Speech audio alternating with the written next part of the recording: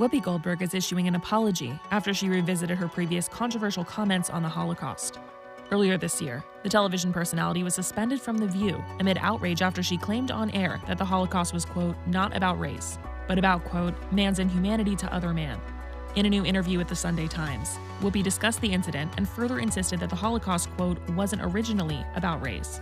She told the outlet in part, "My best friend said, not for nothing is there no box on the census for the Jewish race. So that leads me to believe that we're probably not a race." When the journalist told her that Nazis saw Jewish people as a race, Whoopi replied, "Yes, but that's the killer, isn't it? The oppressor is telling you what you are. Why are you believing them? They're Nazis. Why believe what they're saying?"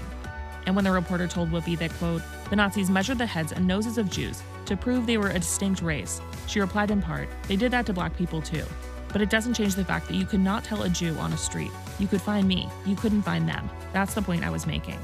After her comments to the Sunday Times sparked additional backlash, Whoopi issued an apology. Her statement, which was obtained by Access Hollywood, reads, "Recently while doing press in London, I was asked about my comments from earlier this year.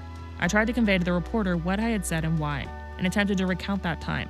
It was never my intention to appear as if I was doubling down on hurtful comments, especially after talking with and hearing people like rabbis and old and new friends weighing in."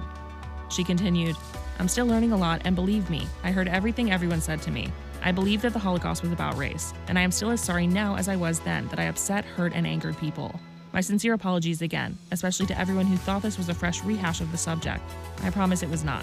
Whoopi concluded, "In this time of rising anti-Semitism, I want to be very clear when I say that I always stood with the Jewish people and always will. My support for them has not wavered and never will."